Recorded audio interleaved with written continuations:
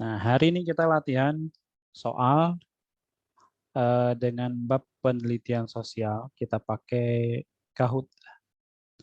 Nah, jadi teman-teman yang yang belum join nanti bisa nyusul dan bisa nonton rekamannya ya.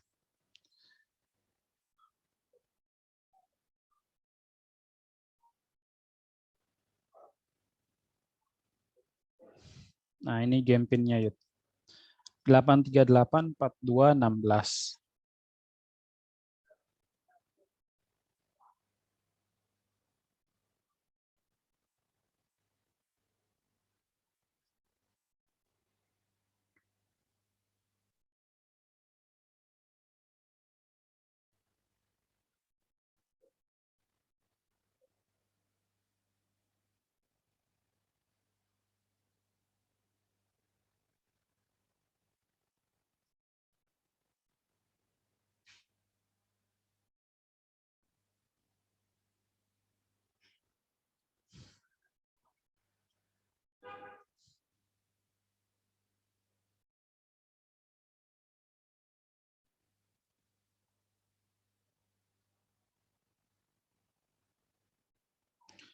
Ayo Yud. Game pinnya 8384216.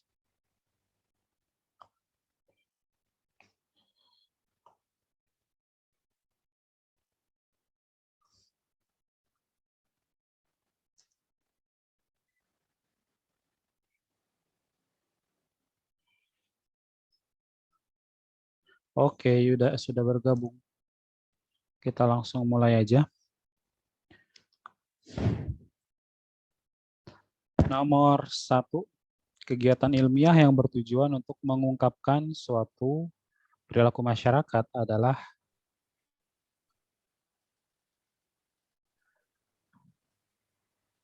eksploratif sosial, belajar ilmu sosiologi, sosial eksperimen, penelitian sosial. Nah, jawabannya adalah penelitian sosial. Jadi, penelitian sosial seperti yang kita udah pernah bahas ya, kita bisa artikan itu sebagai apa? Upaya pemecahan masalah secara ilmiah gitu ya, dengan pencarian data dan dengan berbagai kegiatan lainnya yang memang berhubungan dengan istilah penelitian.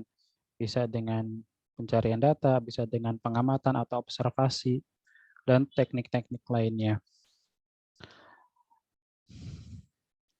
Nah, ini jelas soal yang masih gampang ya. Dari pilihan jawabannya juga, kita langsung tahu bahwa yang lain itu salah.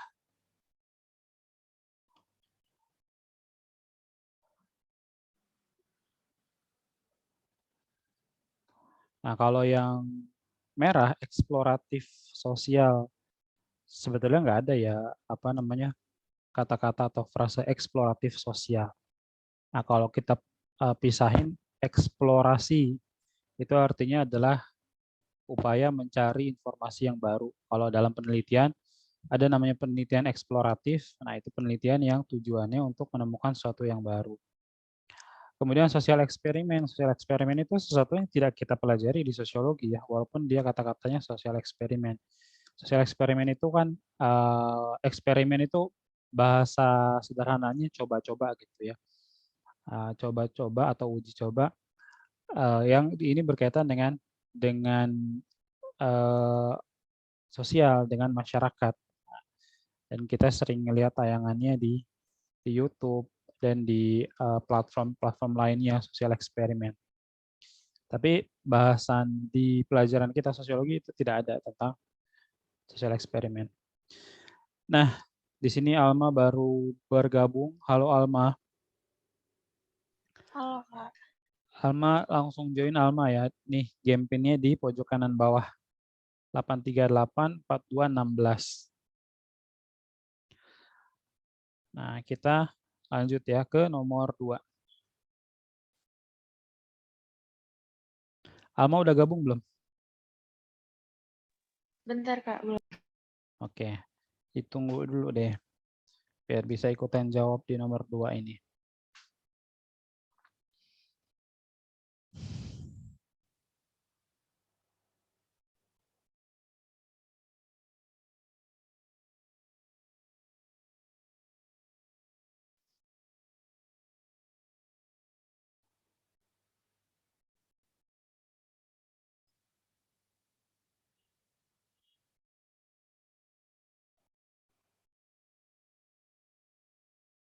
Udah join Kak.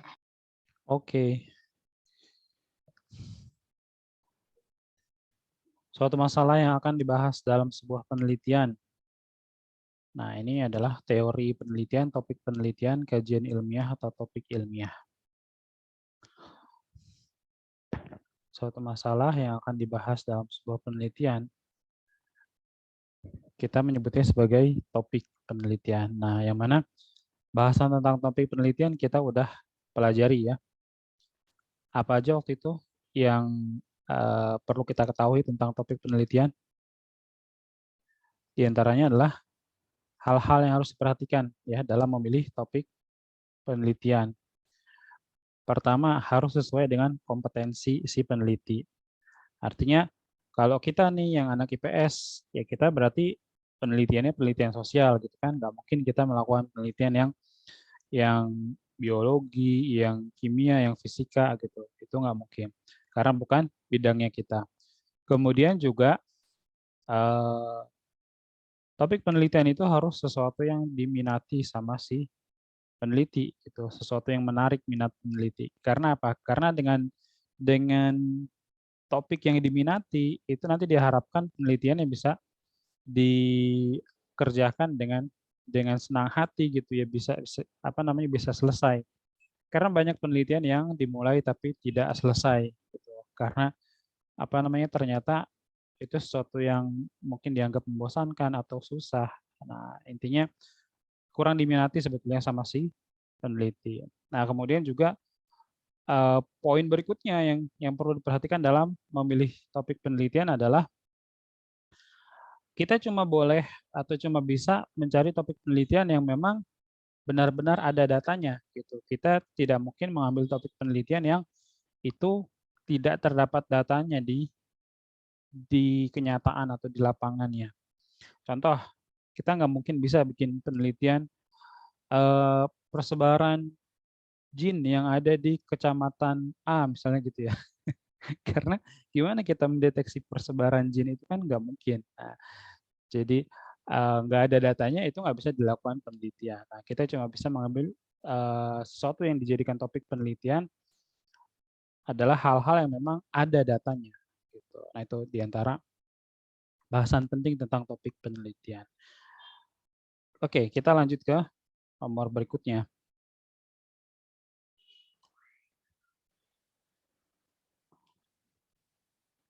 Pendekatan yang menekankan pada aspek pengukuran berbentuk angka dengan objektif adalah metode apa?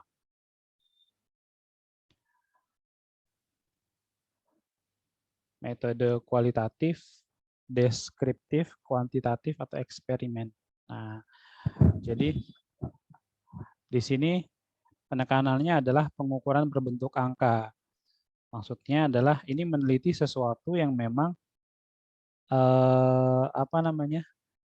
bisa dihitung gitu ya. Nah, sesuatu yang bisa dihitung. Metode kuantitatif. Jadi ada kualitatif. Kualitatif itu bukan sesuatu yang bisa dihitung. Nah, jadi itu kalau kita bicara kualitatif dan kuantitatif ya gampangnya adalah kuantitatif itu ya kuantitas, sesuatu yang sifatnya angka. Oke, kita pindahin dulu ke catatannya. Kemudian ada deskriptif, kemudian ada eksperimen. Nah, kalau deskriptif itu dalam hal ini kalau kita bicara kualitatif sama kuantitatif, yaitu dia pembahasan tersendiri gitu ya.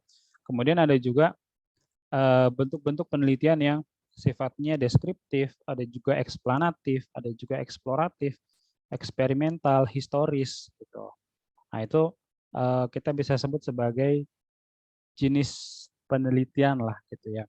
Deskriptif sendiri artinya penelitian yang dia menekankan pada pemaparan data, mendeskripsikan, menggambarkan, memaparkan data, nah, sehingga menjadi informasi yang kita ketahui. Kemudian ada lagi eksplanatif. Eksplanatif itu, nah ini semuanya udah pernah kita bahas kayaknya ya di pertemuan sebelum-sebelumnya.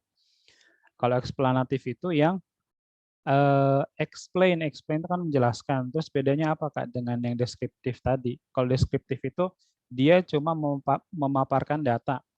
Nah, bedanya dengan eksplanatif itu menjelaskan dan di situ ada hubungan sebab akibat.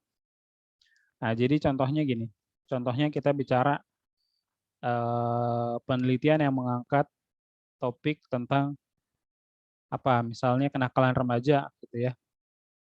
Kalau penelitian deskriptif itu bakal nyeritain kenakalan remaja zaman sekarang tuh ngapain aja. Misalnya bolos sekolah, misalnya kenakalan A, kenakalan B, dan seterusnya. Nah, terus kalau yang eksplanatif, itu penekanannya bukan memaparkan data, bentuk-bentuk kenakalannya apa aja, tapi kenapa kok mereka melakukan itu, gitu. Jadi mencari sebabnya. Nah, kemudian ada lagi penelitian eksperimen. Eksperimen itu yang tadi ya apa namanya eksperimen kita bisa artikan secara sederhana coba-coba gitu. Nah, dalam hal penelitian sosial, bentuk eksperimen itu jarang digunakan gitu ya. Kemudian ada lagi penelitian eksploratif. Eksploratif itu tujuannya untuk menemukan suatu informasi yang baru. Terus ada penelitian historis, ini meneliti peristiwa masa lampau. Terus ada penelitian verifikatif. Verifikatif itu tujuannya untuk menguji kebenaran suatu teori. Nah, ini apa namanya? Saya jelasin lisan aja gitu ya, karena kan catatannya harusnya udah pernah kita oret-oret gitu ya. Nanti kalian tinggal buka-buka lagi. Oke, kita lanjut ke nomor 4. Dalam latar belakang penggunaan paragraf berbentuk penjelasan umum kemudian khusus. Nah, ini pola kalimat ya. Disebutnya induktif, deduktif, konduktif atau campuran. Dari umum ke khusus.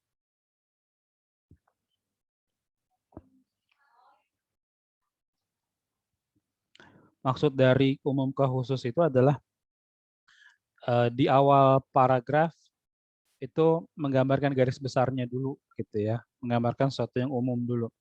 Nah, nanti makin ke bawah, lama-lama bahasannya itu mengerucut gitu, mengkhusus. Nah, ini kita sebut sebagai ini terbalik ya, harusnya deduktif. Ini kuncinya salah. Jadi umum ke khusus itu harusnya deduktif. Nah, kalau sebaliknya induktif dari khusus ke umum, dari sesuatu yang udah mengerucutnya udah jelas gitu ya, udah fokus. Nah, kemudian makin ke bawah teksnya itu makin ke yang umum. Nah, tapi pola yang induktif itu jarang dipakai karena kita tuh lebih enak, lebih terbiasa sama pola yang deduktif dari yang umum dulu, kemudian lama-lama mengerucut. Jadi ini kuncinya salah. Oh iya, pas di nomor ini saya kok jadi ngerasa ini udah pernah kita bahas ya. Ini udah pernah kita bahas belum? Yuda sama Alma.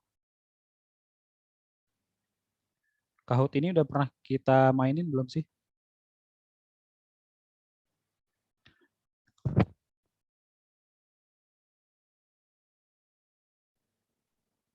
Kalian juga nggak ingat kali ya? Atau memang belum pernah? Perasaan saya aja pernah. Mungkin sama kelas yang lain kali ya. Nah, jadi ini perlu kita tambahin catatan karena kuncinya salah. Umum khusus itu harusnya deduktif.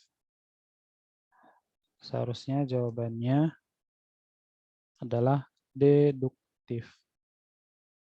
Nah, pola paragraf atau pola kalimat yang alurnya dari umum ke khusus.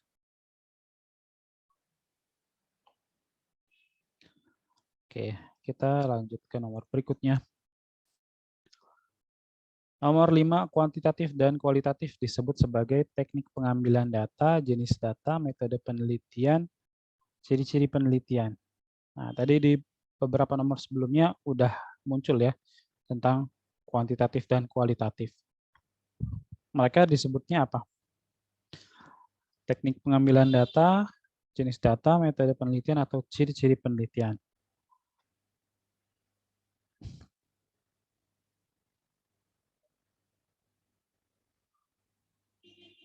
Nah, jawabannya adalah metode penelitian, jelas. Kenapa bukan teknik pengambilan data? Karena kalau teknik pengambilan data bisa disebut instrumen penelitian. Ya. Ini ada wawancara, ada angket, ada observasi, gitu.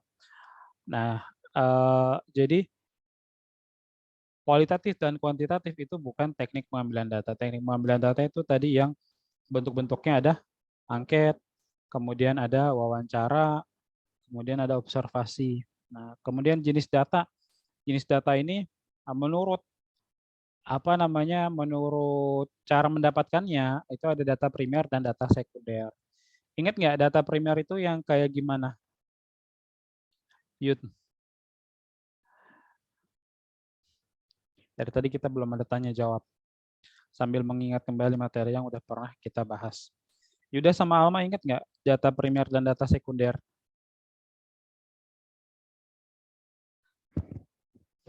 Data primer adalah data yang kita sendiri yang menemukannya gitu ya. Data yang berasal dari lapangan. Nah, data sekunder berarti bukan kita yang menemukan tapi orang lain. Nah, kita itu mengutip gitu ya, mengutip dari penelitian yang udah ada, dari jurnal, dari buku gitu, dari teori orang lain atau data-data atau informasi yang sudah ditemukan oleh orang lain. Itu data sekunder. Oke. Ini udah belum ya. Kita print screen dulu.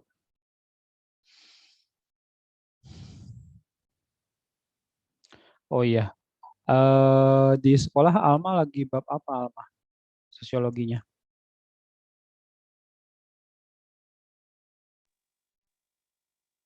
Kayaknya di penelitian deh, Kak. Sama Penelitian juga. juga. Oke deh. Iya. Nomor 6. Teknik pengambilan sampel yang umum digunakan dalam penelitian, kecuali longitudinal sampling, stratified sampling, purposive sampling, atau random sampling. Nah, pas ketemu soal ini juga saya ingat saya pernah mainin Kahoot ini deh. Tapi mungkin sama kelas yang lain ya, mudah-mudahan bukan sama kelas ini. Jadi kita nggak perlu ulang-ulang soal yang sama. Kayaknya sama kelas 12 deh, sama kelas UTBK.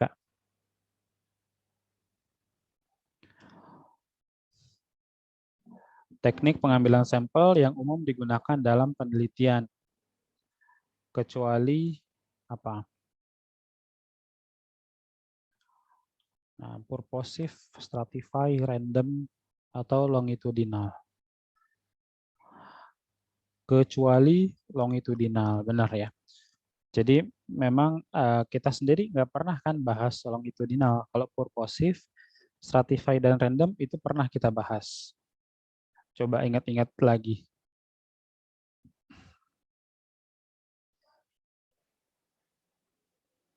Oh Yuda mau sholat dulu, silakan sholat dulu Yud. Nah, stratify sampling. Stratify sampling artinya sampel yang bertingkat gitu ya. Berarti di situ respondennya atau orang-orang yang dijadikan sampel punya perbedaan secara vertikal, punya stratifikasi ya. Nah, stratified sampling itu misalnya kita membedakan sampel berdasarkan tingkat pendidikan. Ada yang pendidikan terakhirnya SD, SMP, SMA, ada yang S1, S2, S3. Nah, itu kan termasuk stratified sampling. Kemudian stratified sampling selain menurut tingkat pendidikan bisa juga apa ya? Contohnya menurut tingkat penghasilan itu juga bisa ya. Karena tingkat penghasilan kan sesuatu yang stratified, satu yang bertingkat, ada yang lebih tinggi, ada yang lebih rendah. Kemudian random sampling itu adalah sampel acak yang kalau kita ingat syaratnya adalah populasinya itu harus bersifat homogen ya, baru bisa pakai random sampling. Jadi random sampling itu juga disebut dengan istilah dalam kategori sampel probabilitas. Artinya semua sampel memiliki kesempatan yang sama untuk terpilih gitu ya, atau semua orang dalam populasi memiliki kesempatan yang sama untuk dipilih sebagai sampel. Nah, jadi karena dia populasinya homogen, makanya boleh kita ngambilnya secara acak. Karena mau ngambil yang manapun, dia tetap akan representatif, tetap akan mewakili sifat umum populasi. Kemudian purposive sampling itu sampel yang mengambil orang-orang yang memang khusus gitu ya. Nah, secara bahasa purposive artinya bertujuan. Purpose kan artinya tujuan. Jadi purposive sampling maksudnya adalah kita mengambil sampel yaitu orang-orang yang memang ahli lah gitu di bidangnya. Nah, yang pernah saya kasih contoh waktu itu gini. Kalau kita mau meneliti tentang pengelolaan sampah, maka yang lebih pas adalah kalau kita mau wawancara petugas kebersihan, ya kan? Nah, orang yang kerja di dinas kebersihan lah gitu, atau PPSU dan semacamnya. Bisa nggak kita wawancara masyarakat? Bisa aja, nggak ada masalah juga sebetulnya. Cuman akan lebih baik ketika kita tanya pada ahlinya, ya kan? Kan segala sesuatu itu akan lebih baik kalau kita serahkan pada ahlinya, kalau kita tanya langsung pada ahlinya. Nah, kemudian apa itu longitudinal sampling? Saya sendiri juga lupa ya, ada nggak sih sebetulnya istilah longitudinal sampling?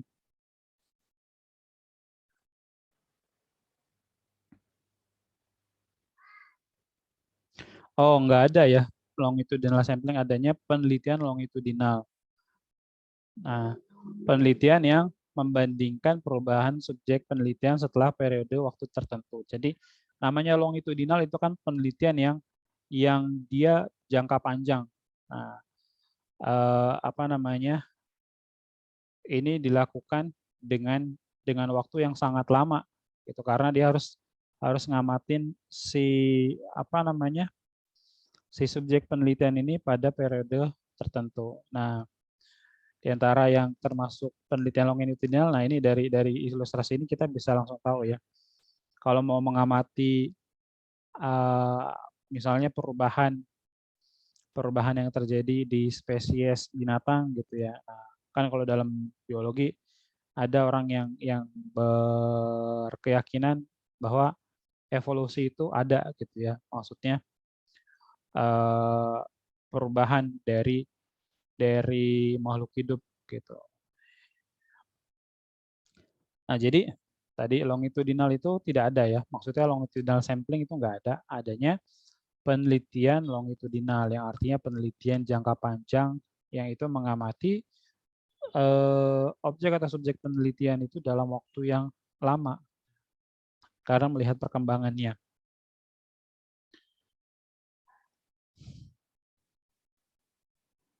Nah, di sini catatan tambahannya tidak ada longitudinal sampling. Nah, yang ada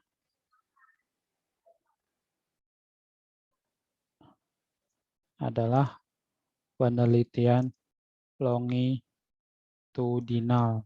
Nah, yang artinya penelitian jangka panjang.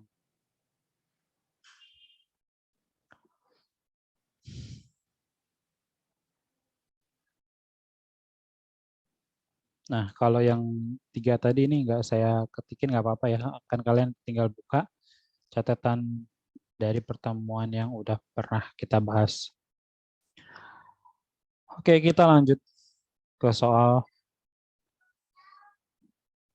kok sign out ya. Data yang tersedia pada penelitian terdahulu yang sudah tersedia disebut jenis data. Nah, ini sempat saya singgung tadi di nomor keberapa ya? Pokoknya di nomor sebelum-sebelumnya tadi ada. Jadi data yang berasal dari penelitian terdahulu. Nah, ini kategorinya termasuk data sekunder. Mantap, benar semua ya.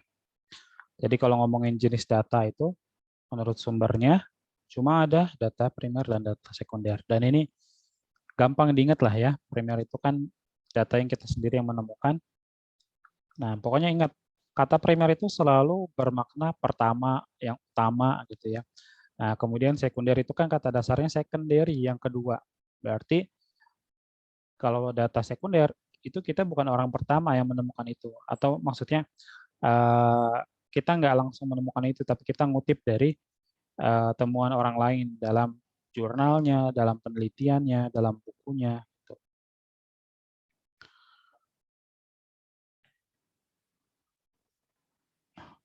Oke, kita lanjut ke nomor berikutnya. Suatu paragraf yang kalimat utamanya terletak di awal paragraf adalah, nah ini ngomongin yang tadi juga ya, kayak nomor keberapa tadi tuh, yang ngomongin pola umum khusus umum tadi itu.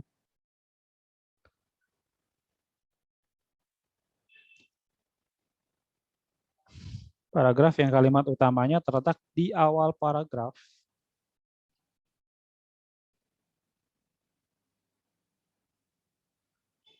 Berarti kita sebut sebagai,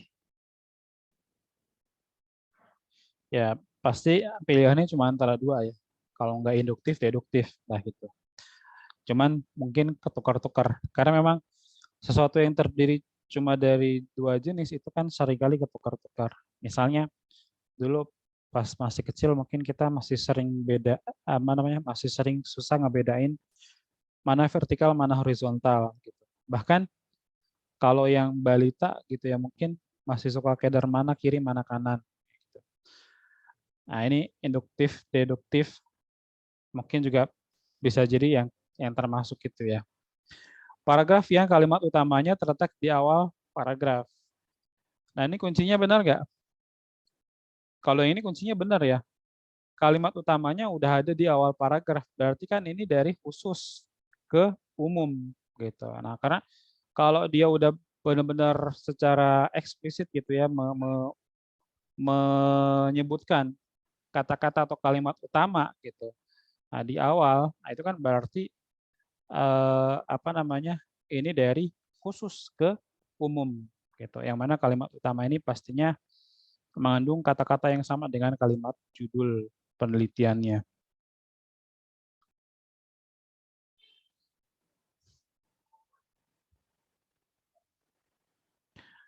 Nomor berikutnya. Teknik pengumpulan data untuk mendapatkan informasi dengan bertanya langsung pada narasumber. Nah, bertanya langsung, survei, angket, observasi, atau wawancara. Wawancara jelas ya. Nah, kalau angket itu kan tidak perlu bertanya secara langsung. Karena angket itu kita cukup memberikan daftar pertanyaan dan kita bisa tinggal gitu kan, maksudnya katakanlah misalnya kayak tugas sensus gitu ya. Tugas sensus itu kan mungkin datang nih, kalau zaman dulu ya, kalau sekarang kan udah nggak kayak gitu lagi caranya. Jadi petugas sensus datang terus ngasih formulir lah gitu ya, atau daftar pertanyaan yang harus diisi oleh tiap-tiap kepala keluarga. Ntar mungkin besokannya atau beberapa hari kemudian petugasnya datang untuk ngambil angket tersebut. Jadi nggak harus ada tanya jawab di situ. Nah, yang pakai tanya jawab itu adalah wawancara. Yang mana angket dengan wawancara ini kita bisa anggap dua hal yang berkebalikan lah gitu ya. Dan mereka punya plus minus yang juga saling melengkapi atau saling berkebalikan. Misalnya, kalau kita menginginkan instrumen yang hemat biaya, hemat tenaga, hemat waktu, maka kita bisa pakai angket. Nah, kenapa kok hemat biaya? Karena nggak perlu banyak transport, nggak perlu banyak orang untuk kita harus berikan upah gitu kan. Nah, sedangkan kalau wawancara ini kan harus ada orang yang tanya jawab langsung sama responden gitu. Kemudian juga wawancara itu butuh waktu yang lama. Nah, jadi wawancara kurang efisien secara biaya, secara waktu. Tapi tetap pasti ada keuntungan atau kelebihan dari wawancara, yaitu wawancara itu bisa mendapatkan data yang lebih mendalam.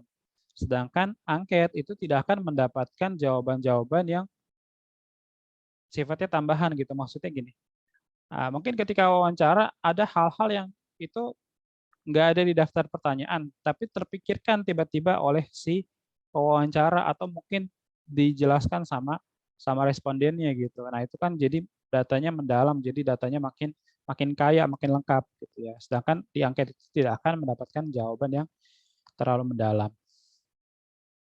Kemudian observasi ini bahkan bisa dilakukan tanpa komunikasi sama sekali gitu ya sama orang. Maksudnya kalau angket kan masih ada komunikasi yang sifatnya lisan gitu. Ada tulisan, sorry ya. Ada pertanyaan yang harus dijawab sama para responden. Nah, sedangkan observasi ini cuma pengamatan aja. Jadi si peneliti itu bisa dia cuma diam ngamatin, ngeliatin gitu. Tanpa dia harus komunikasi dengan orang. Nah, contohnya misalnya mau mengamati perilaku pengguna jalan raya gitu ya terkait dengan kedisiplinan, kepatuhan terhadap rambu-rambu lalu lintas. Nah, itu kan bisa dilakukan cuma dengan mengamati tanpa harus kita ngobrol sama orang. Nah, kita lanjut ke soal berikutnya. Menjelaskan topik masalah dengan cara deduktif atau induktif pada awal penelitian terdapat pada latar belakang, tujuan penelitian, rumusan masalah, atau manfaat penelitian.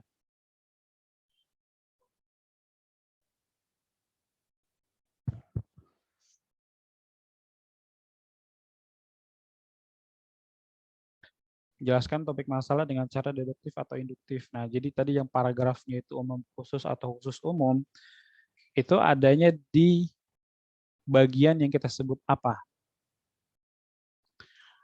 Nah, yang jelas itu ada di bab 1 ya, bab 1 judulnya pendahuluan. Nah, dan bab 1 itu terdiri dari beberapa subbab, beberapa bagian. Ada yang pertama latar belakang, kemudian yang kedua rumusan masalah, berikutnya ada tujuan penelitian, terus ada manfaat penelitian. Nah, menjelaskan topik ini itu ada di bagian yang kita sebut sebagai latar belakang. Nah, jadi apa namanya? Bukan berarti di sini ada kata-kata masalah terus jawabannya jadi rumusan masalah ya, enggak. Jadi maksudnya menjelaskan topik gitu, menjelaskan sesuatu yang memang kita lagi bahas nih di penelitian ini. Nah, secara deduktif ataupun induktif. Ya ini pastinya terdapat apa namanya tersusun dalam beberapa kalimat atau beberapa paragraf. Itu adanya di latar belakang ya. Jadi ingat-ingat susunannya itu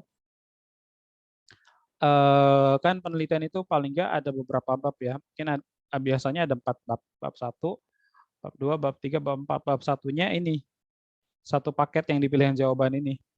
Bab 1 judulnya sekali lagi adalah pendahuluan. Kemudian di bawahnya biasanya ditulis dengan poin A, latar belakang. Nah, latar belakang itu dia di sini menceritakan gitu ya, secara apa namanya ringkas aja lah, cuma dalam beberapa paragraf aja dan itu jangan terlalu panjang juga gitu ya. Intinya garis besar apa sih yang mau diomongin sama penelitian ini gitu.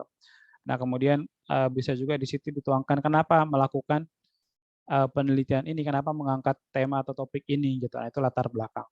Kemudian rumusan masalah itu berupa satu atau beberapa kalimat tanya. Nah, yang tujuannya adalah membatasi pembahasan. Nah, ingat nggak dalam membuat rumusan masalah kan kita apa ya ibaratnya kayak kayak bikinnya itu pakai template gitu ya. Nah, contohnya kalau ada judul penelitian pengaruh penggunaan ponsel terhadap prestasi belajar siswa. Nah, kita bisa membuat rumusan masalah dari judul tersebut. Tinggal kita tambahin apa?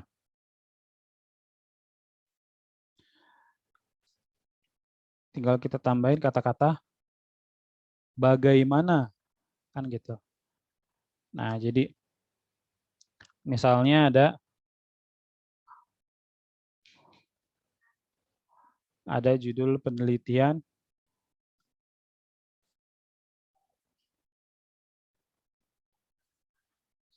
pengaruh penggunaan ponsel terhadap prestasi belajar siswa. Nah, ceritanya nih judulnya. Terus di dalam bab 1 yang tadi namanya pendahuluan,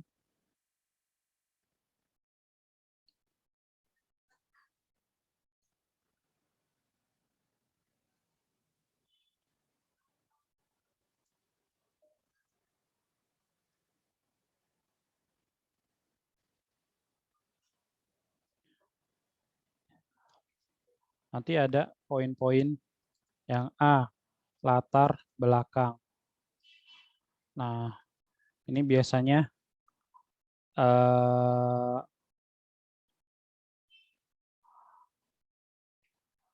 ngomongin apa dulu? Misalnya ngomongin dari yang umum dulu gitu ya. Misalnya diawali dengan kata-kata media elektronik. Nah, seperti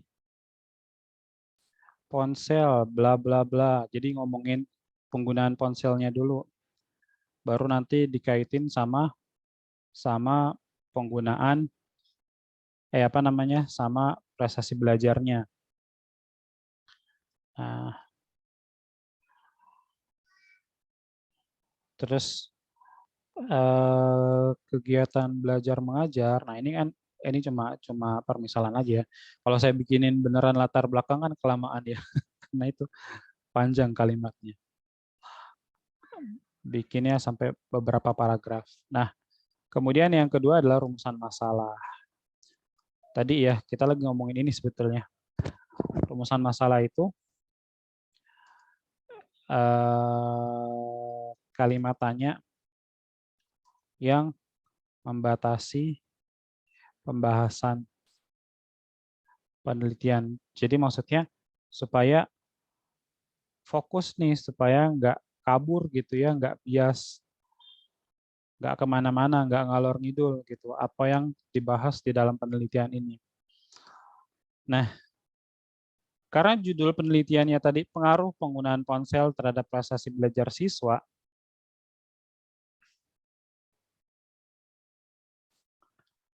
maka rumusan masalahnya kita tinggal tambahin kata bagaimana di depannya, ya kan? Atau bisa juga apakah ada? Salah pencet. Apakah ada? Tinggal kita ulang. Nah, tapi memang ini nggak perlu huruf kapital ya di awal kata. Karena ini udah di dalam teksnya, bukan di judulnya lagi.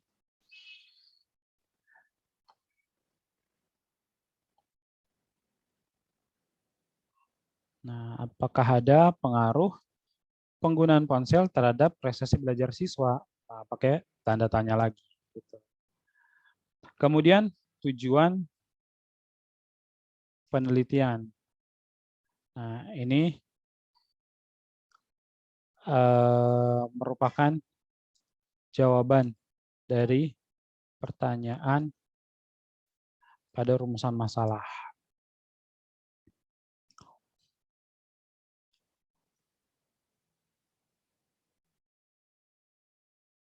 Jawaban dari pertanyaan pada rumusan masalah. Dan ini pun juga ada template-nya ya. kita tinggal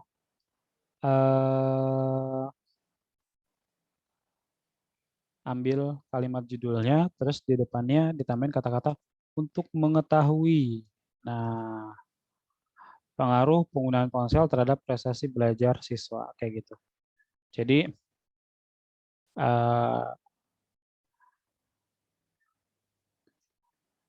kalau di sini sih nggak perlu pusing-pusing ya, karena ini bukan bagian inti dari penelitian. Bagian intinya kan nanti ada di bab 3 ya, nah, pembahasan. Biasanya bab 1 pendahuluan, bab 2 itu kerangka berpikir atau landasan teori, nah, baru bab 3-nya itu pembahasan. Yang D itu adalah manfaat ya, manfaat penelitian. Nah, manfaat penelitian ini ya sesuatu yang bisa didapatkan suatu apa ya, dampak positif yang dapat diberikan dari penelitian ini. Nah, dari penelitian yang dilakukan. Gitu. Nah, dan biasanya juga lagi-lagi template ya, maksudnya ada beberapa kalimat yang template. Manfaat penelitian itu orang sering di situ nulis untuk menambah khasanah pengetahuan, kayak gitu-gitulah. Oke, kita lanjut ke nomor berikutnya ya. Nomor 11, berapa jumlah metode penelitian berdasarkan dimensi waktu? Nah, dimensi waktu sendiri kan ada past gitu ya, masa lampau, ada present, ada future. Nah, tapi penelitian berdasarkan dimensi waktu, apakah ada 3 juga, masa lalu, masa sekarang, dan masa depan?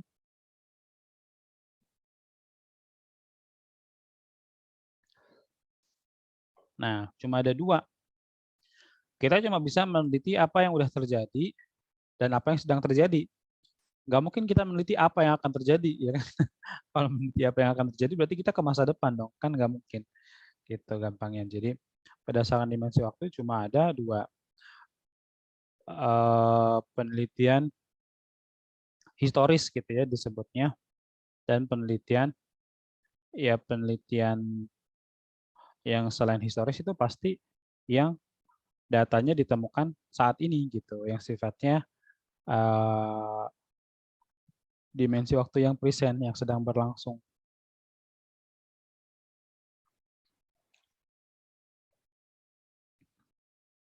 Jadi cuma ada 2, yaitu masa lampau atau historis dan masa kini.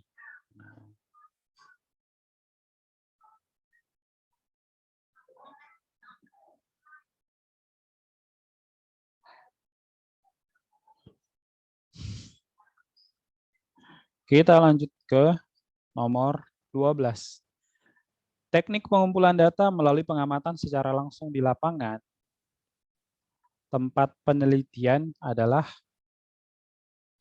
nah di sini kata kuncinya pengamatan secara langsung. Nah, kita sebut sebagai observasi. Mantap. Observasi artinya pengamatan.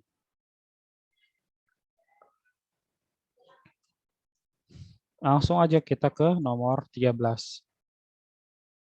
Data penelitian terdiri dari data primer dan sekunder, data lapangan dan data buku, data file dan data hard disk, data terdahulu, dan wawancara.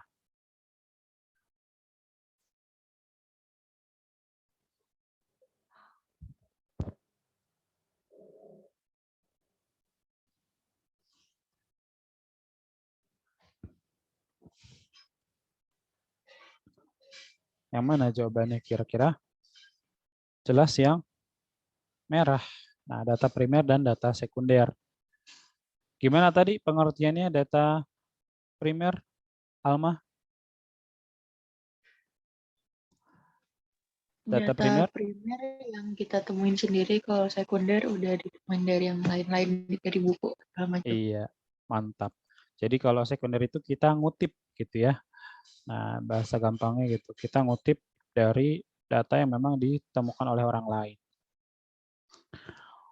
Kita lanjut ke nomor 14.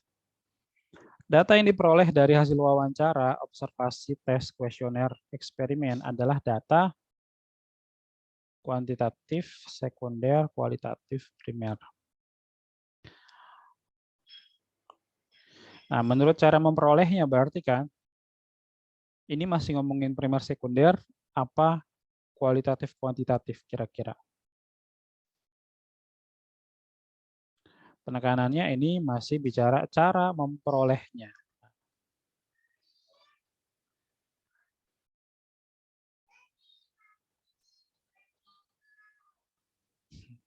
Kedengaran kali ya suara anak saya.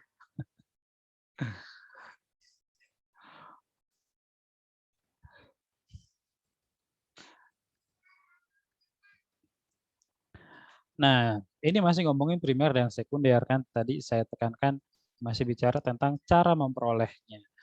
Wawancara, observasi, tes, kuesioner, eksperimen, atau apapun cara memperolehnya atau instrumennya, kalau kita sendiri mendapatkannya, berarti itu data primer. Nah, karena kalau sekunder kan kita nggak perlu capek-capek wawancara, observasi, tes, kuesioner, eksperimen. Kita tinggal ngutip.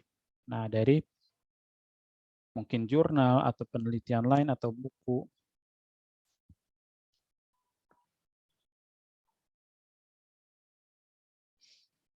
Kita lanjut ke nomor berikutnya. Penelitian yang membahas secara detail mendalam analisa deskriptif adalah metode penelitian kuantitatif, kualitatif, eksplanatif, atau eksploratif.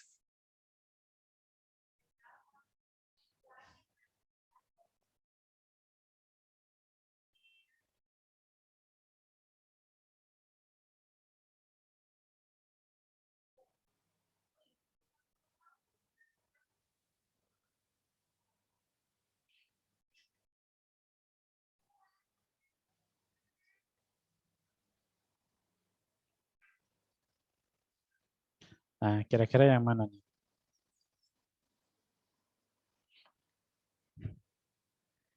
Ini bicara kualitatif, kuantitatif, apa bukan? Apa jangan-jangan malah eksplanatif? Apa jangan-jangan malah eksploratif?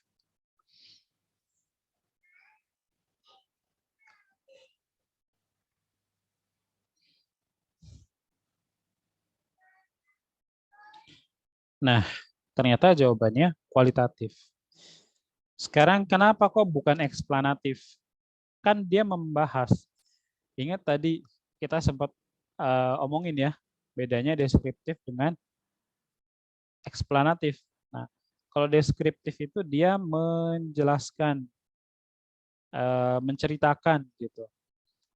Nah, tapi dia nggak sampai membahas tentang kenapa bisa terjadi itu. Nah, maksudnya nggak ngomongin sebab gitu ya, tidak membahas hal-hal yang sifatnya sebab akibat. Nah, kalau eksplanatif dia menjelaskan sampai ke kenapa bisa terjadi itu gitu. Maksudnya menjelaskan sebab-sebab terjadinya masalah yang sedang kita bahas itu. Nah, jadi ini adalah ngomongin metode kualitatif. Nah, ini bedanya dengan kuantitatif. Kuantitatif itu cenderung sifatnya kan dia angka gitu ya, sesuatu yang bisa dihitung. Jadi enggak deskriptif. Maksudnya gini, deskriptif itu kan kita bisa artikan juga dengan menjabarkan, menjelaskan dengan kata-kata gitu ya. Nah, sedangkan kalau yang kuantitatif itu kan nggak perlu dia dijabarkan dengan kata-kata gitu. Jadi cukup dengan angka-angka. Nah, itu udah bisa dipahami metode kuantitatif.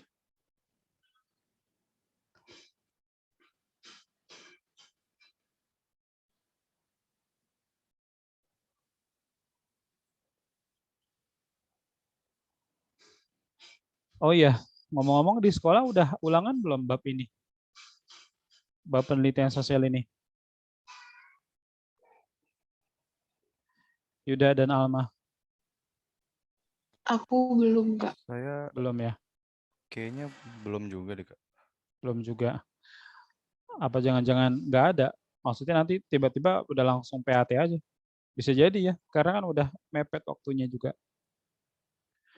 Semua individu dalam populasi secara acak memiliki kesempatan sebagai narasumber. Nah, ini jenis sampel apa? Tadi sempat kita singgung juga, dan memang kita udah pernah bahas ini semua ya. Area sampling itu apa, stratified sampling itu apa, sampel random, cluster.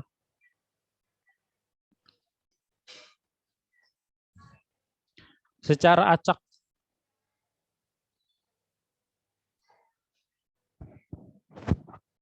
nah, memiliki kesempatan sebagai narasumber, sebagai sampel atau sebagai responden. Jadi ini bisa disebut dengan beberapa istilah ya. Ya, kita sebut sampel, kita sebut responden, kita sebut narasumber. Itu mengacu ke orang-orang yang sama.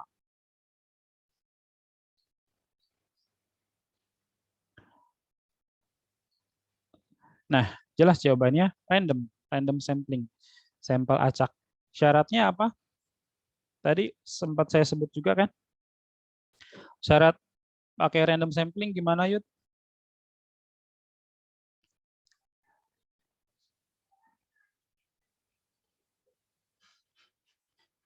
Alma ingat nggak?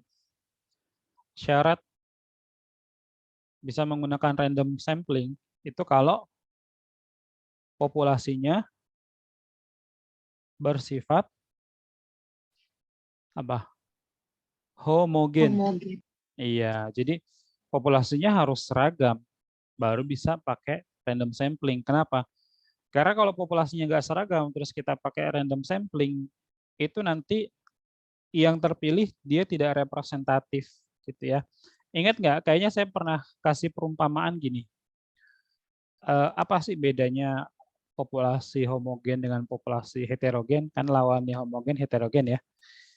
Nah, bayangin aja ada toples kaca, ya, ada 2 toples kaca berisi kelereng. Toples yang pertama isinya kelereng warna merah semua, isinya sama semua. Nah, terus toples yang kedua isinya kelereng warna-warni. Di toples yang pertama yang isinya kelereng warna merah semua, ini kan homogen. Kita mau merem kayak, kita mau pakai gaya apa kayak, kita ambil itu kelereng, pasti dia mewakili sifat umum kelompoknya, ya enggak? Pasti dia punya sifat yang sama dengan orang-orang, bukan orang-orang, kelereng-kelereng yang diwakili oleh mereka nih yang diambil sebagai sampel. Jadi nggak masalah kalau diambil secara acak, karena mereka pasti mewakili sifat umum kelompok. Nah, tapi kalau yang kelerengnya warna-warni ini di toples yang kedua, kita ambilnya secara merem gitu ya, secara acak, ini nanti bakal jadi masalah. Kenapa? Karena bakal ada anggota dari populasi itu yang tidak terwakili gitu. Nah, karena mereka aja heterogen, maka di populasi yang heterogen itu nggak boleh pakai random sampling gitu, nggak boleh sembarangan atau acak ngambilnya. Nah, kemudian area sampling jelas membedakan sampel berdasarkan tempat, berdasarkan wilayah. Nah, misalnya kita melakukan penelitian di DKI Jakarta, terus kita bedain berdasarkan Jakarta Barat, Timur, Utara, Selatan, Pusat, Kepulauan Seribu gitu ya. Stratified tadi udah kita bahas. Kemudian cluster. Nah, cluster sampel ini sampel kelompok. Maksudnya kelompok yang sifatnya itu berbeda secara horizontal. Kalau stratified kan vertikal ya, bisa tingkat pendidikan, bisa tingkat penghasilan, itu kalau stratified. Kalau cluster sampling, misalnya membagi sampel berdasarkan suku, berdasarkan agama, berdasarkan ras, berdasarkan pekerjaan atau profesi. Nah, itu masih termasuk cluster sampling ya. Ingat kalau di pembahasan, nanti itu di kelas 11 ting, pembahasan tentang stratifikasi dan diferensiasi, bahwa profesi atau pekerjaan itu adalah perbedaan yang sifatnya horizontal ya. Nah, karena kita pisahkan antara pekerjaan dengan penghasilan. Kalau penghasilan jelas pasti ada yang lebih tinggi, ada yang lebih rendah. Tapi kalau profesi itu setara.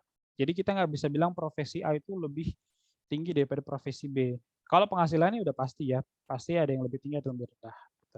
Nah, itu contoh cluster sampling, kita bisa membedakan berdasarkan pekerjaan, bisa berdasarkan suku, berdasarkan ras, berdasarkan agama gitu. Kita lanjut ke nomor berikutnya.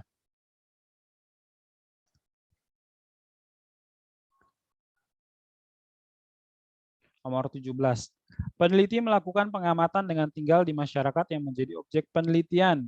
Disebut studi dokumentasi, observasi studi kasus, observasi partisipan, atau observasi simulasi.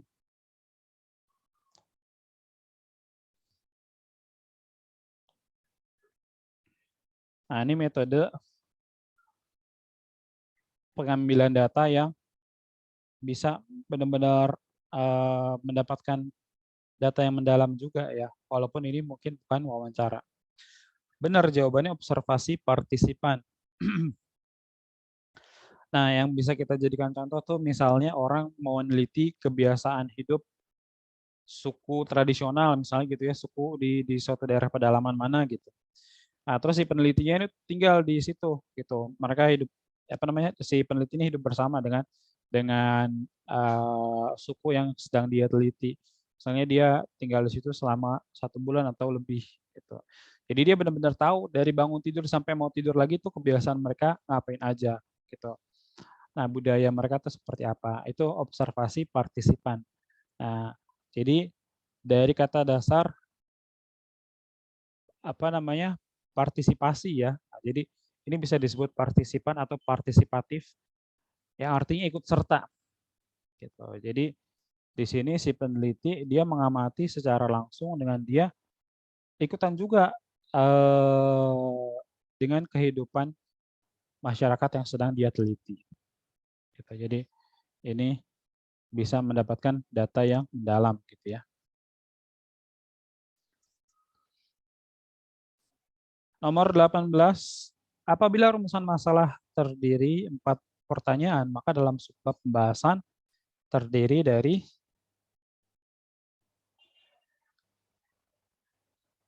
4 pembahasan, 3 pembahasan, 5 pembahasan, atau 2 pembahasan.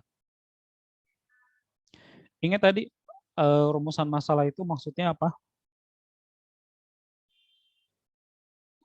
Rumusan masalah adalah kalimat pertanyaan yang gunanya membatasi pembahasan. Maksudnya supaya nggak terlalu melebar gitu ya, nggak melenceng, nggak kemana-mana gitu. Supaya tetap on the track.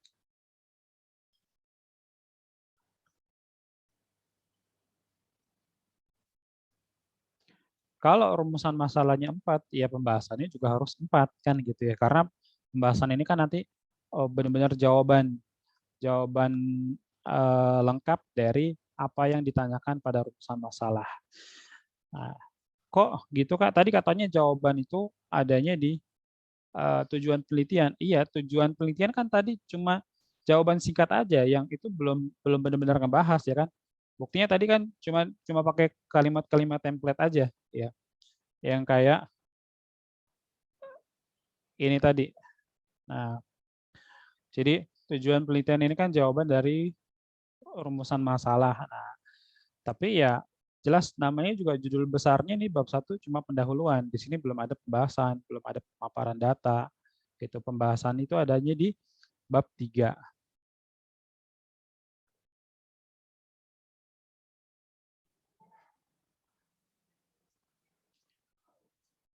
Nomor 19, kelebihan dari pengambilan data dengan terjun langsung ke masyarakat dalam jangka waktu tertentu, mudah dalam menganalisa data, mengeluarkan biaya yang banyak, bertemu dengan responden baru, memperoleh data yang otentik.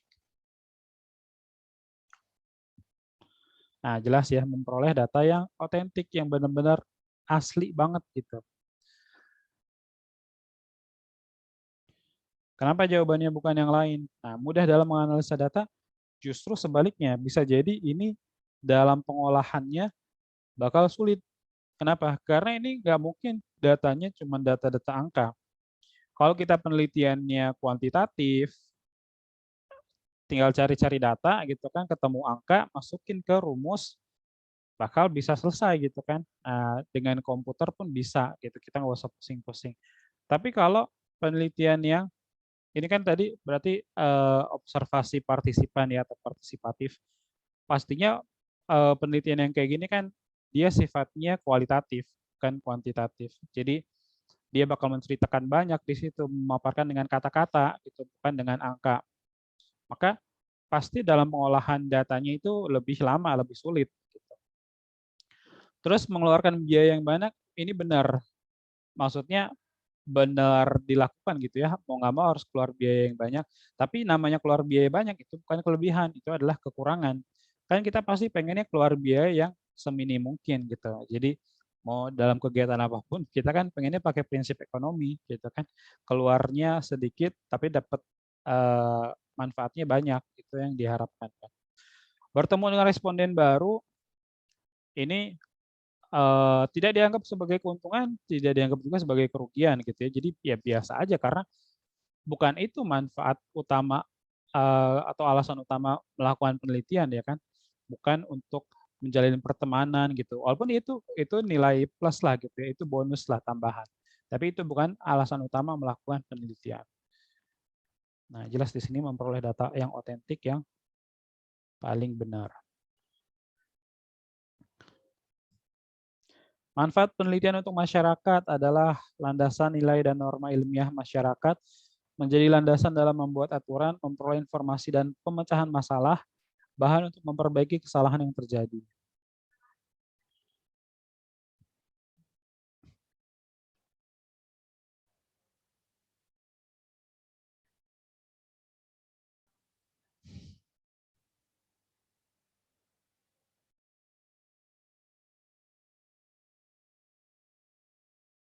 Apakah penelitian itu menjadi landasan nilai dan norma ilmiah masyarakat atau landasan dalam membuat aturan? Nah, jadi gini, sebetulnya semua pilihan jawaban itu bisa ya menjadi manfaat penelitian, tapi pastinya kita cari yang paling utama gitu. Nah, tujuan paling utama dari penelitian adalah jelas memperoleh informasi, mendapatkan wawasan yang baru, pengetahuan yang baru, sekaligus pemecahan masalah. Karena di awal kita udah pakai definisi penelitian sosial itu adalah upaya pemecahan masalah ya kan secara ilmiah. Nah, tadi saya sempat bilang, kok tadi penelitian bisa dipakai buat landasan nilai dan norma? Iya, karena kan gini, penelitian kan upaya mencari jawaban, ya kan, upaya mencari fakta. Dan di situ nanti bakal ketemu berbagai solusi. Dan kalau kita bahas nilai dan norma, ini kan sesuatu yang dinamis, artinya bisa berubah gitu, bisa menyesuaikan.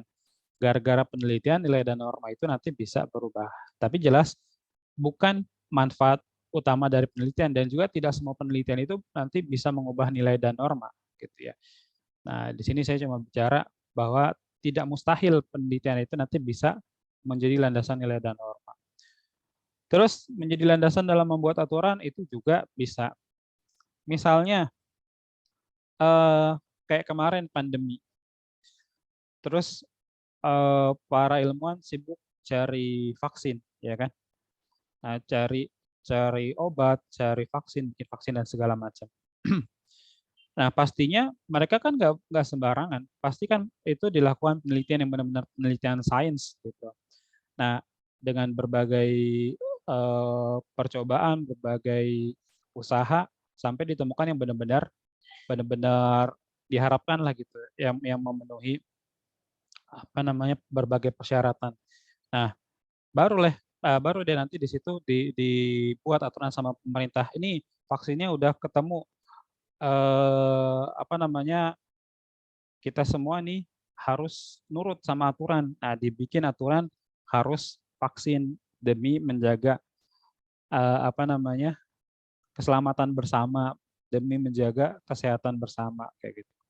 Jadi penelitian bisa juga digunakan untuk menjadi landasan dalam membuat aturan, tapi memang sekali lagi nggak semua penelitian nanti arahnya ke situ gitu ya. Tapi bukan tidak mungkin atau bukan mustahil penelitian itu bisa menjadi landasan dalam membuat aturan. Terus bahan untuk memperbaiki kesalahan yang terjadi, ya karena penelitian itu, apalagi penelitian eksperimen, itu kan nanti bakal ada trial and error gitu ya. Nah, dan pastinya dengan pengalaman percobaan berkali-kali itu kan nanti akan akan ditemukan pola, akan ditemukan ilmu yang baru. Oh, ternyata begini ya gitu. Cara mengatasi masalahnya gitu. Cara memperbaiki kesalahannya. Tapi jelas yang paling utama karena juga kata-katanya untuk masyarakat secara umum memperoleh informasi dan pemecahan masalah.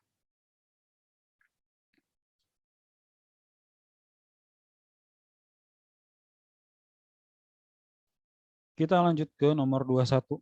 Dalam bab pembahasan terdapat subbab yaitu kajian teori dan pembahasan, kesimpulan dan saran, latar belakang dan rumusan masalah, tujuan dan manfaat penelitian.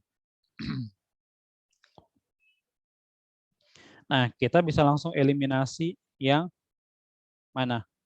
Yang biru sama yang hijau, ya enggak? Karena latar belakang, rumusan masalah, tujuan dan manfaat penelitian itu kan adanya di pendahuluan, ya kan? Bab 1. Nah, sedangkan bab pembahasan ini bab 3. Nah, isinya adalah kajian teori dan pembahasan. Terus kalau kesimpulan dan saran ini adanya di bab 4, penutup. Nah, terus bab 2-nya apa, Kak? Kan tadi udah disebut 1, 3 sama 4-nya. Bab 2-nya itu judulnya landasan teori atau kerangka berpikir gitu. Nah, apa itu landasan teori? Biasanya di situ didudukkan apa namanya? Definisi-definisi. Misal tadi ya judulnya pengaruh penggunaan ponsel terhadap prestasi belajar. Apa sih ponsel itu? Nah, definisi ponsel menurut tokoh A, tokoh B, tokoh C gitu. Terus definisi prestasi belajar itu apa? Nah, jadi dimulai dari situ biasanya bab 2 landasan teori. Jadi dalam apa namanya? Itu menjadi jembatan untuk ke bab 3. Di bab 3 kan benar-benar pembahasan. Kita baru bisa membahas kalau kita tuh udah membatasi ini loh di rumusan masalah gitu ya. Jadi di pendahuluan yang mau kita bahas ini.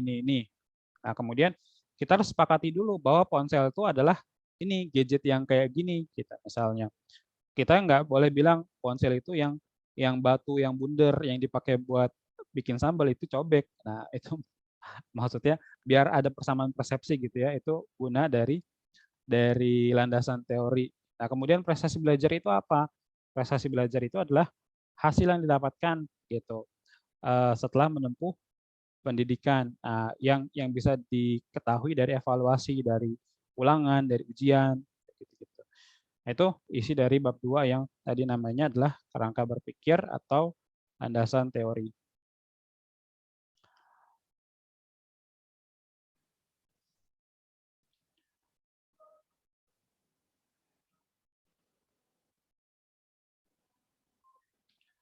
Kita lanjut ke nomor 22. Rio mewawancarai dan bergaul dengan penduduk desa untuk meneliti tradisi sapar, termasuk data observasi campuran primer sekunder.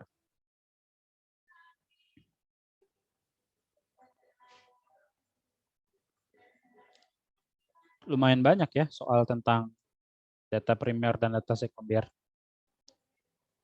Nah, apakah soal ini masih bicara primer sekunder juga atau mungkin ada jenis yang lain? Observasi, campuran.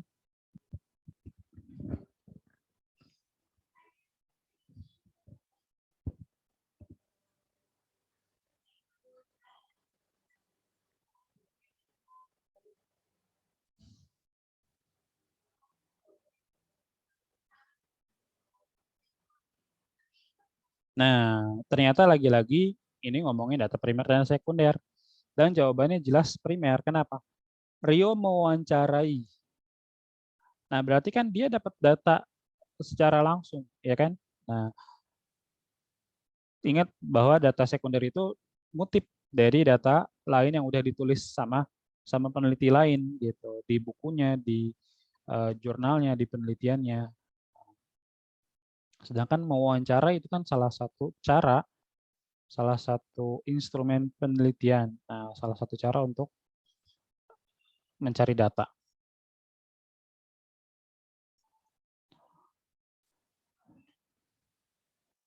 Nomor 23.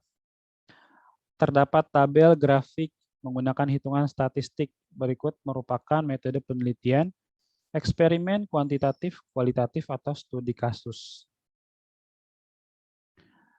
Nah, dia menggunakan visualisasi data yang berupa tabel, yang berupa grafik, menggunakan hitungan statistik. Nah, namanya grafik itu kan bisa diagram batang, bisa diagram apa lagi namanya, macam-macam ya. Bisa diagram lingkaran, apa kalau bahasa Inggrisnya pie chart ya.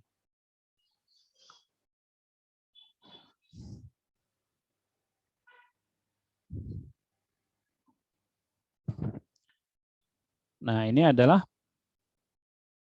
kuantitatif. Nah, kenapa kuantitatif? Jadi gampangnya, yang kita bisa amati dengan tabel, dengan grafik, apalagi jelas ada kata-kata hitungan statistik, itu jelas adalah data-data angka, ya kan? Berarti penelitian kuantitatif. Nah, inilah keunggulan metode kuantitatif itu lebih mudah dalam pengolahan. Kenapa? Karena kita cukup nyari angka-angka, terus nanti kita masukin ke rumus-rumus, udah deh diproses, bisa dikerjain secara komputerisasi. Nah, sedangkan kalau yang kualitatif itu nggak bisa, karena kan bukan cuma nyari angka, tapi di situ penjelasan-penjelasan yang sifatnya apa namanya verbal gitu ya, pakai kata-kata, bukan numerik.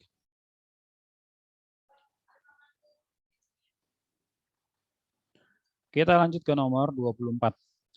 Merumuskan jawaban sementara terhadap pertanyaan yang muncul atau dugaan sementara. Ini definisi dari data, metode, asumsi, atau hipotesis.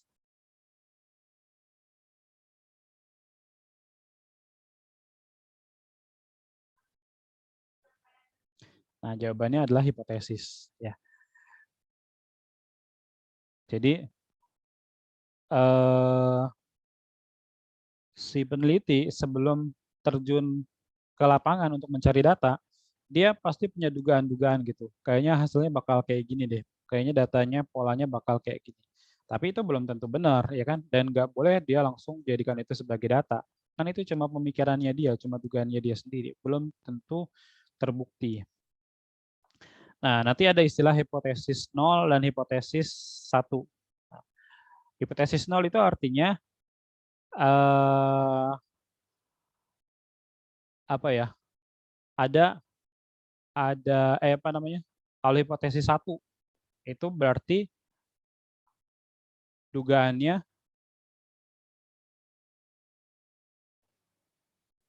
bukan dugaannya benar, tapi apa ya istilahnya? Kita udah pernah bahas ini belum? Variabel. Nah, variabel udah pernah kan ya? Bebas dan terikat, ingat nggak? Variabel bebas dan variabel terikat. Kalau kalau nih dalam judul kalimat ini apa namanya dalam kalimat judul penelitian ini variabel bebasnya adalah penggunaan ponsel. Ini waktu itu udah pernah kita bahas ya, variabel bebas dan variabel terikat. Penggunaan ponsel itu variabel bebasnya, prestasi belajar itu variabel terikatnya. Nah, yang namanya hipotesis 0 itu adalah tidak ada hubungan antara variabel bebas dengan variabel terikat. Kalau hipotesis sama dengan 1 itu ada hubungan antara variabel bebas dengan variabel terikat. Nah, kemudian di sini ada istilah asumsi. Nah, dalam penelitian itu tidak ada ya digunakan kata-kata asumsi. Asumsi itu ya sebetulnya secara makna bisa mirip dengan hipotesis, cuman hipotesis itu istilah yang ilmiah banget. Kalau asumsi itu kayak anggapan yang belum tentu terbukti benar. Jadi cuma anggapan-anggapan aja.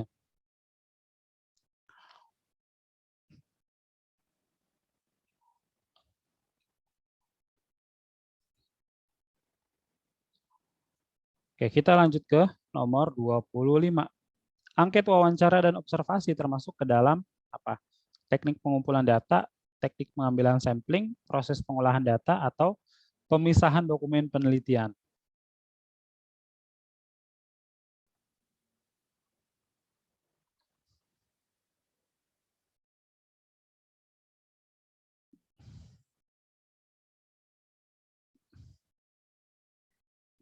Coba ingat-ingat, angket itu kan berarti ada daftar pertanyaan yang harus diisi sama para responden. Wawancara itu berarti tanya jawab. Observasi itu berarti pengamatan. Nah, tiga ini apa?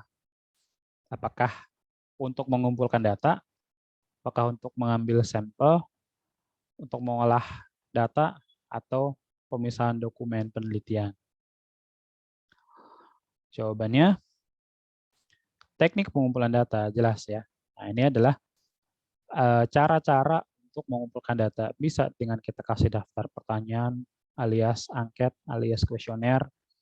Bisa kita tanya jawab, atau interview, atau wawancara.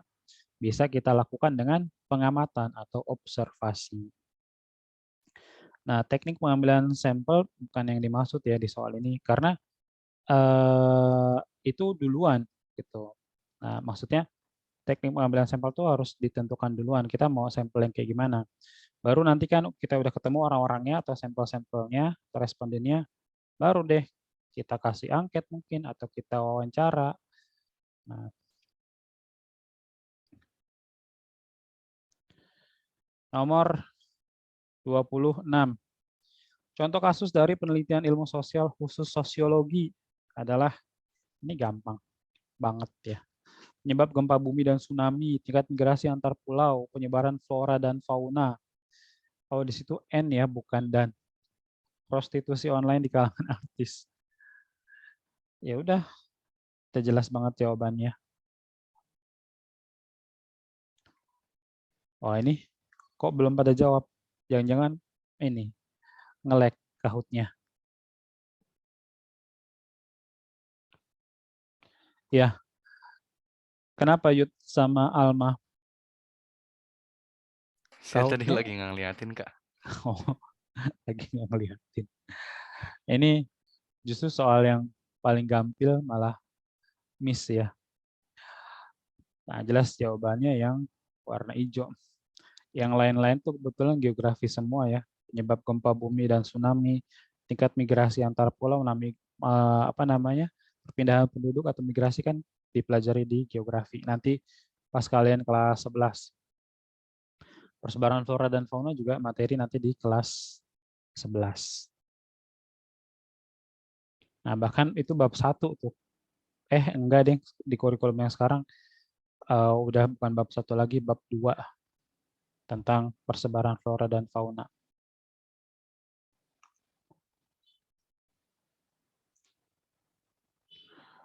Nomor berikutnya. Manfaat teknik pengumpulan data dengan wawancara, kecuali. Nah, perhatikan ada kata kecuali di sini. Mempunyai fleksibilitas dalam menjawab, diperoleh data yang lebih akurat, menjangkau responden yang banyak, atau dapat melihat kejujuran responden. Kecuali yang mana?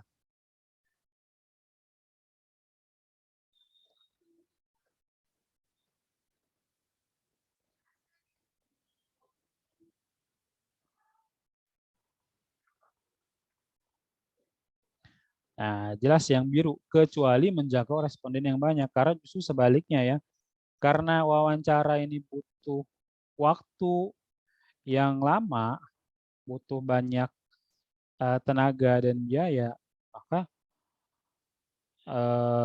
tadi ya kita udah bahas plus minus antara angket dengan wawancara.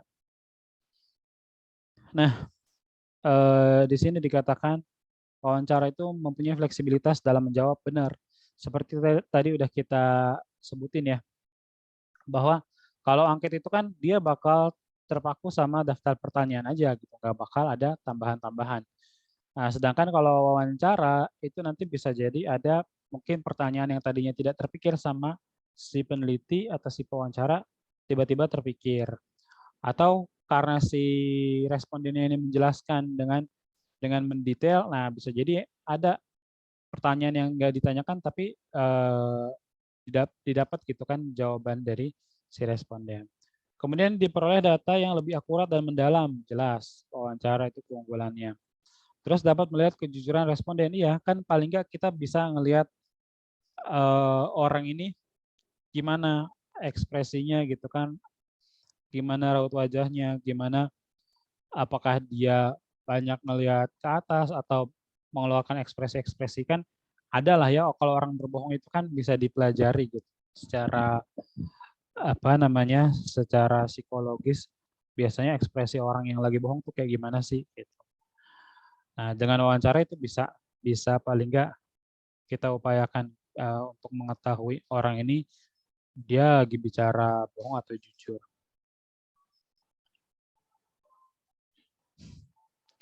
Oke, kita lanjut ke nomor 28. Keuntungan penelitian dengan responden banyak dapat disiasati dengan cara sampling research.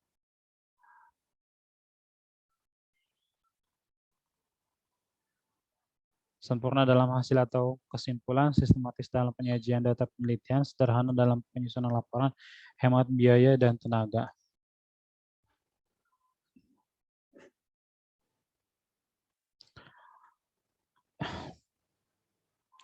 Ini kalimatnya agak kurang pas sih sebetulnya ya.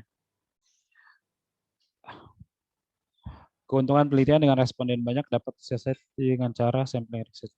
Ya sebetulnya mau sebanyak apapun biasanya atau hampir pasti penelitian itu cuma ngambil sampel, karena kalau kalau mewawancarai banyak apa namanya seluruh populasi kan nggak mungkin, kebanyakan orangnya.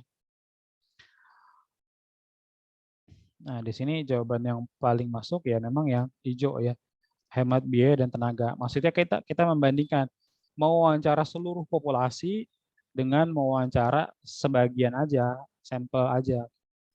Nah, jelas dengan kita pakai sampel aja itu lebih hemat biaya dan tenaga.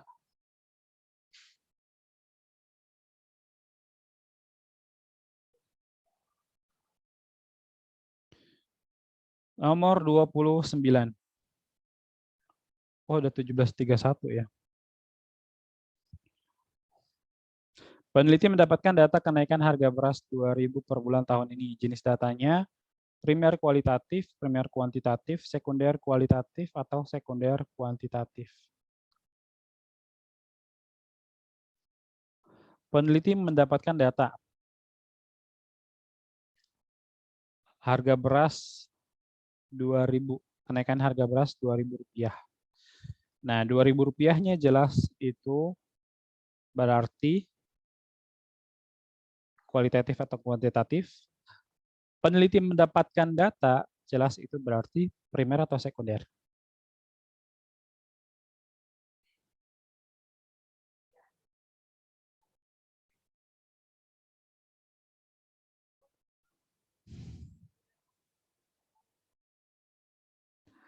Jawabannya adalah jelas primer kuantitatif ya. Kan peneliti mendapatkan. Nah, bukan dia apa ya, mengutip lah, lagi-lagi tadi istilahnya mengutip data dari pihak lain.